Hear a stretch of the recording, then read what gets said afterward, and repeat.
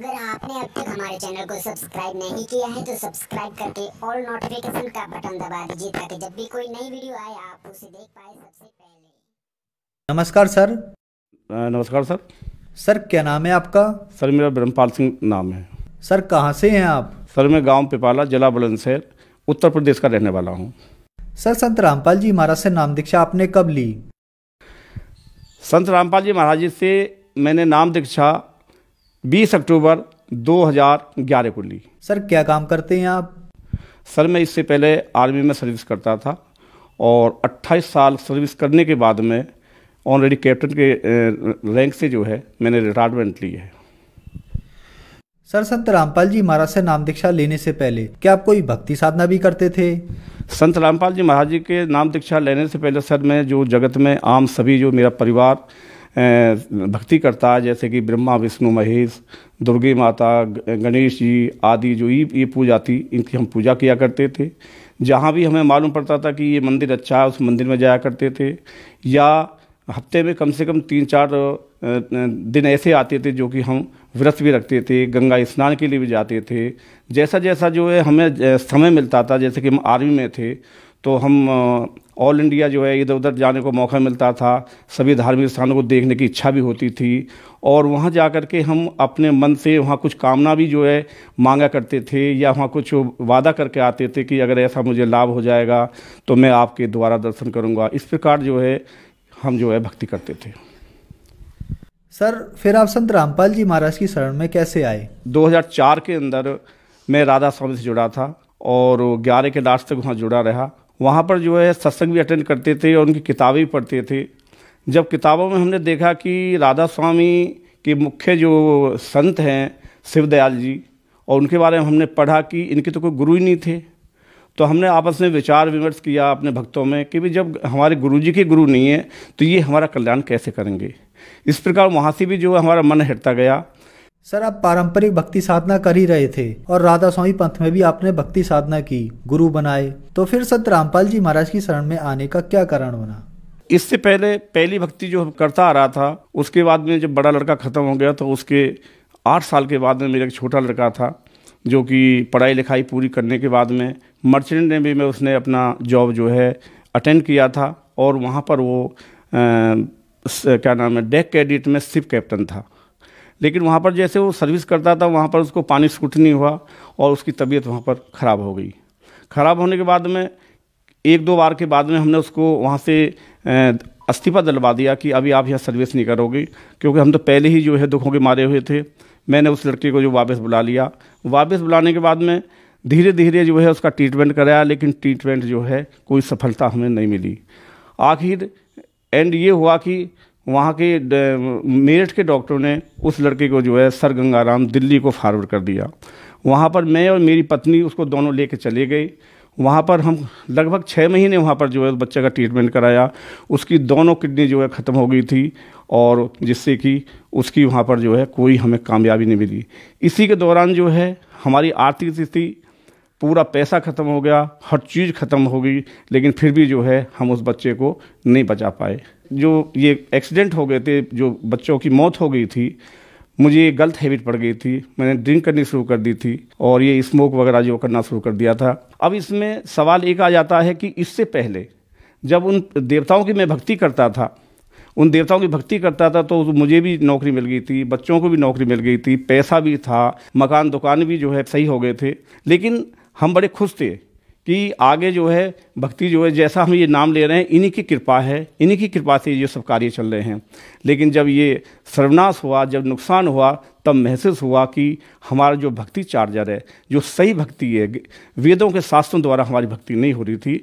जो इससे जो लाभ मिला था वो पिछली कमाई थी या पिछले जन्म की कमाई थी। जब तक वो कमाई चलती रही, जब तक मेरा कार्य सही चलता रहा।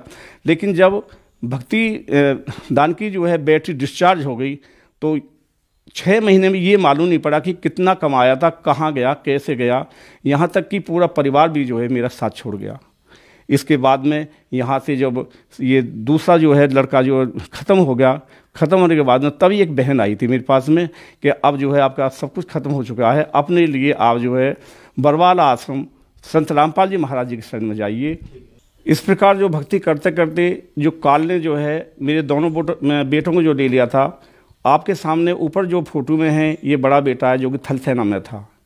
इसके बाद में इसकी उम्र 24 साल थी और जो छोटा बेटा है उसकी उम्र 28 साल है जो कि मर्चेंट नेवी में था। ये आपके सामने छोटा बेटा है जो कि दोनों ये भक्ति करते हुए ब्रह्मा विष्णु महेश आदियों की भक्ति करते हुए इस काल ने जो है मेरे से झपट लिया था। दोनों जवान बेटे थे और आप जो है इनको फोटो पे देख सकते हो। और जब ये लास्ट एक्सीडेंट हो चुका था तो मेरे जितने भी गार्जियंस थे, जो भी रिश्तेदार आदि थे, सब मिलने के लिए बार बार आ रहे थे।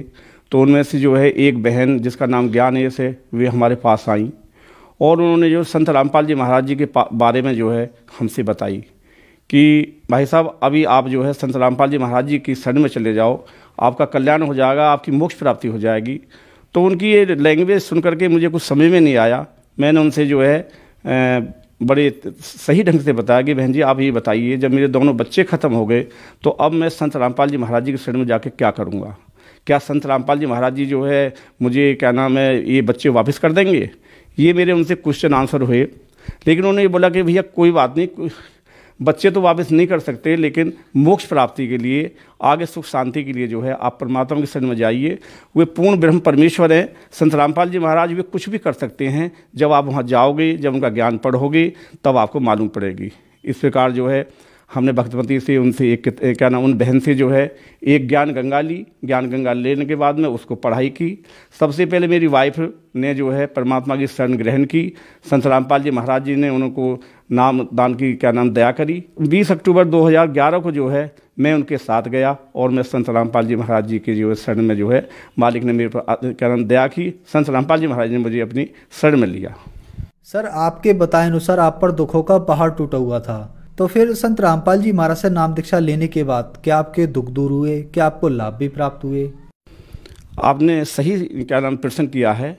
संत रामपाल जी महाराज जी के पास में नाम लेने के बाद में हम धीरे धीरे जो है मालिक के बताए तरीके से जो है भक्ति करते रहे। भक्ति करने के साथ साथ हमें इतना ज्ञान भी नहीं था।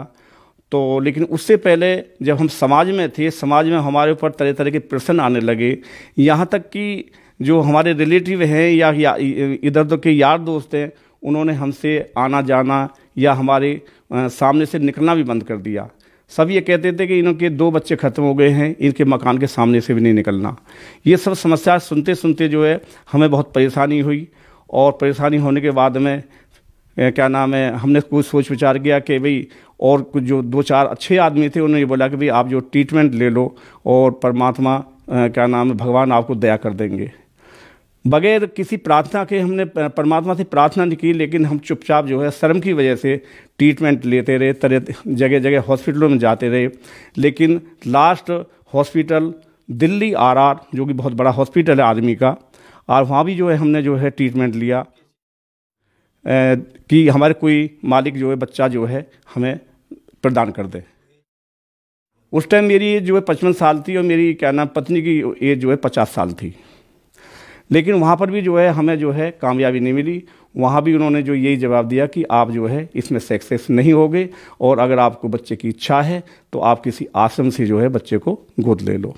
लेकिन हम बोले हम गोद नहीं लेंगे, अब हमारे भाग में बच्चा है ही नहीं। अगर हमारी किस्मत में हमारे बच्चे होते तो वही हमसे दूर ना होते।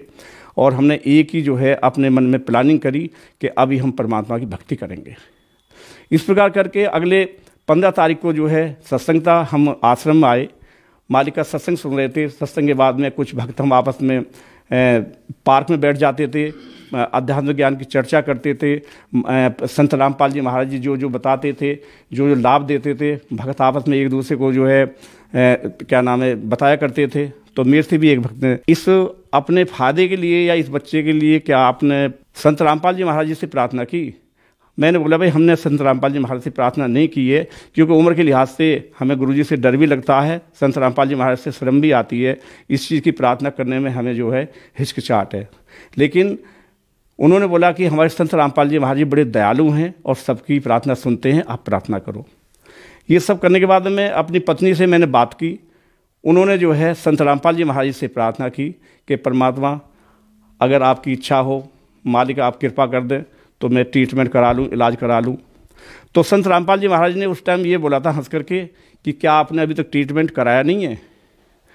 तो मेरी वाइफ ने बोला हाँ क्या नाम गुरुजी मैंने ट्रीटमेंट कराया है।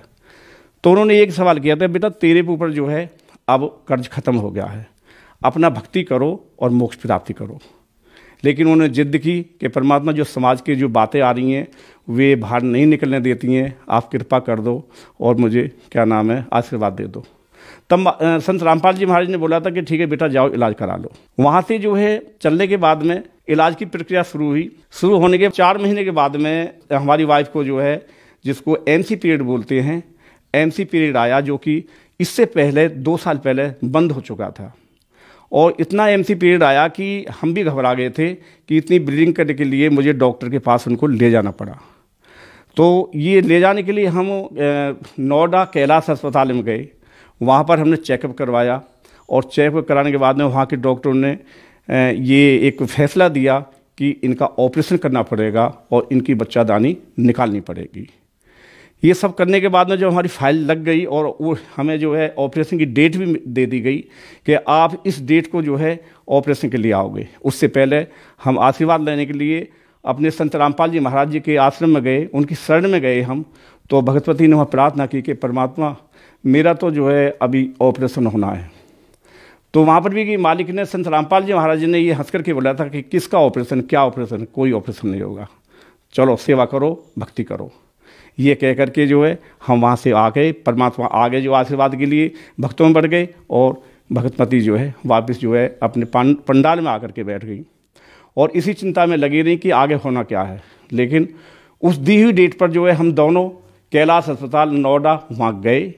जाने के बाद में हमारी जो है उस डेट की वहाँ पर ओटी में जो है बुकिंग थी और जब वहाँ पर गए तो जाने के बाद में भगतमती जो है ऑपरेशन थिएटर में जाने के लिए तैयारी करते हैं एक पेशेंट को, इनको तैयार किया और वहाँ जाने के बाद इनकी फ़ाइल जो है स्ट्रेचर पर रख दी गई। वहाँ जब उसमें सब कुछ देखा तो उस फाइल के अंदर जो ऑपरेशन की डेट थी या जिस कारण ऑपरेशन होना था उसमें हर चीज़ ओके लिखी हुई थी कि और जब ओटी में जो डॉक्टर आते हैं वे फाइल को चेक करते हैं कि किस कारणवश जो है ये पेशेंट यहाँ पर है, क्योंकि वहाँ भीड़ अधिक रहती है। तो ये तमाम चीज़ जो है वे डिटेल में चेक करते हैं। जब डॉक्टर साहब ने देखा कि आपके तो हर चीज़ ओके है, इसमें ऑपरेशन नहीं है, तो ये भी एक चमत्कार की बात है। संत रामपाल जी महाराज की मेहरबानी है जो उन्होंने बोला था कि कोई ऑपरेशन नहीं होगा। पेशेंट को वापस कर दिया गया और इनका ऑपरेशन नहीं हुआ। इसी के दौरान मालिक की कृपा से अगले 9 महीने में मालिक की ऐसी रजा हुई कि इस झोंपड़ी के अंदर मालिक की दया से, संत रामपाल जी महाराज की दया से एक बच्चे ने जन्म लिया। हमने प्रार्थना की थी, संत रामपाल जी महाराज से प्रार्थना की थी कि हम तो परमात्मा ओवर एज हैं, भगतमती के लिए मना कर दिया, डॉक्टर ने मेरे लिए मना कर दिया है और सब सिस्टम जो है जो डॉक्टरी लाइन के हुए फेल बता दिए गए हैं। तो मालिक ने बोला कि बेटा चिंता मत करो, मैं अपने कोटे से आपको एक हंस दूंगा, एक लाल दूंगा। तो परमात्मा ने वो करके दिखाया और उस बच्चे ने इस घर में जन्म लिया। आज वो बच्चा जो है 7 साल का हो चुका है। आपके सामने अभी आप देख सकते हो जो संत रामपाल जी महाराज जी ने हमारे ऊपर कृपा की थी, वो बच्चा अपनी क्या नाम है मम्मी की गोदी में है, आप सब देख सकते हो। और बड़ी एक खुशी की बात है जो मालिक ने एक कृपा की और अनहोनी को होनी करके दिखाया है। और इस समाज के लिए, इस भक्त समाज के लिए इससे बड़ी जो है और क्या मतलब जानकारी हो सकती है, क्या चमत्कार हो सकता है, ये आपके सामने है। मेरी वाइफ की एज 54 साल है। इस एज में डॉक्टरों ने मना कर दिया था कि इस एज में जो है आपको कामयाबी नहीं मिलेगी, लेकिन परमात्मा ने वो आपके सामने अनहोनी को होनी करके जो है अपने कोटे से जो है संत रामपाल जी महाराज ने करके दिखाया है। इसके बाद में लाभ अगर मैं शाम तक भी जो है इस इंटरव्यू में आपको बताऊं तो वो भी पूरी नहीं हो सकती। संत रामपाल जी महाराज की कृपा से आज मेरी उम्र 62 साल है और इस उम्र में मालिक की दया से जो भी मुझे सेवा मिलती है वो सेवा मैं बहुत ही मेहनत से और अपने किसी बगैर कष्ट के जो है हमेशा करता रहता हूँ। और दूसरा लाभ ये है कि परमात्मा की दया से उन्होंने अपनी शरण में ले लिया और इससे बड़ा लाभ क्या होगा जो कि मुझे एक भगवान की प्राप्ति हो गई और एक मोक्ष प्राप्ति जो है जाने का जो है रास्ता मालिक मुझे सिखा रहे हैं। सर आप काफी सालों से राधा स्वामी पंथ से जुड़े रहे और भक्ति साधना करते रहे, फिर आपने राधा स्वामी पंथ को छोड़कर श्री संत रामपाल जी महाराज को अपना गुरु बनाया। सर राधा स्वामी पंथ में यह आम धारणा हो गई है कि गुरु नहीं बदलना चाहिए, गुरु बदलना पाप है, गुरु बदल लिया मानो पति बदल लिया। इन बातों के पीछे क्या सच्चाई है? इन बातों के पीछे सर जी ये सच्चाई है कि जब हम किसी डॉक्टर के पास में जाते हैं और वो हमारा घरेलू डॉक्टर हो या परमानेंट डॉक्टर हो, और जो कि जिस ट्रीटमेंट के लिए वहाँ पर जा रहे हैं, अगर हमें उस ट्रीटमेंट में फ़ायदा नहीं मिलता है, उस रोग में फ़ायदा नहीं मिलता है, तो हम तुरंत जो है डॉक्टर को बदली कर देते हैं। उसी प्रकार अध्यात्म ज्ञान है, जब हमें कोई सही रास्ता प्राप्ति नहीं हो रहा किसी अन्य गुरु से, तो हमें भी जो है गुरु भी बदली कर देना चाहिए। इसमें अगर हम 100 गुरु भी बदली कर दें तो भी इसमें हमें कोई पाप नहीं चढ़ता है। हमें गुरु जो है सोच समझ के और सच्चा गुरु, सच्चा संत जो है प्राप्त करना चाहिए। इसी प्रकार जब मैं राधा स्वामी पंथ में था तो मैं गुरु जी के पास, उनके पास जाता था, अपनी समस्या रखता था कि परमात्मा हमारे सामने ये, उस टाइम तो हम परमात्मा ही बोलते थे कि राधा स्वामी पंथ वालों को, लेकिन जब हम ये समस्या रखते कि हमारे सामने ये जो परेशानी आ रही है ये कैसे कम होंगी, तो उनका कहना ये था कि भाई जो आपकी किस्मत में लिखा हो तो आपको भोगना ही पड़ेगा। लेकिन ऐसा नहीं है, अगर हम संपूर्ण परमात्मा की शरण में हैं तो परमात्मा जो हमारे दुखों को हरते हैं और अच्छा जो है लाभ देते हैं। और अगर मैं उस गुरु क्या नाम है राधा स्वामी पंथ को चेंज नहीं करता तो आज जो है जिस विश्वास में और जिस सुख में मैं खड़ा हूँ उसमें जो है मैं खड़ा नहीं हो पाता। परमात्मा की, कबीर साहब की एक वाणी है, जब तक गुरु न मिले साचा तब तक गुरु करो 10 पाँचा। सर जैसा कि आपने बताया कि आप देवी देवताओं की पूजा करते थे और संत रामपाल जी महाराज के बारे में यह भी कहा जाता है कि संत रामपाल जी महाराज देवी देवताओं की पूजा छुड़वाते हैं। सर क्या कारण है, क्या ऐसा ही है? सर जी आपका प्रश्न बहुत सही है, लेकिन ऐसा नहीं है। हमारे परमात्मा जो है किसी की भक्ति नहीं छुटवाते हैं।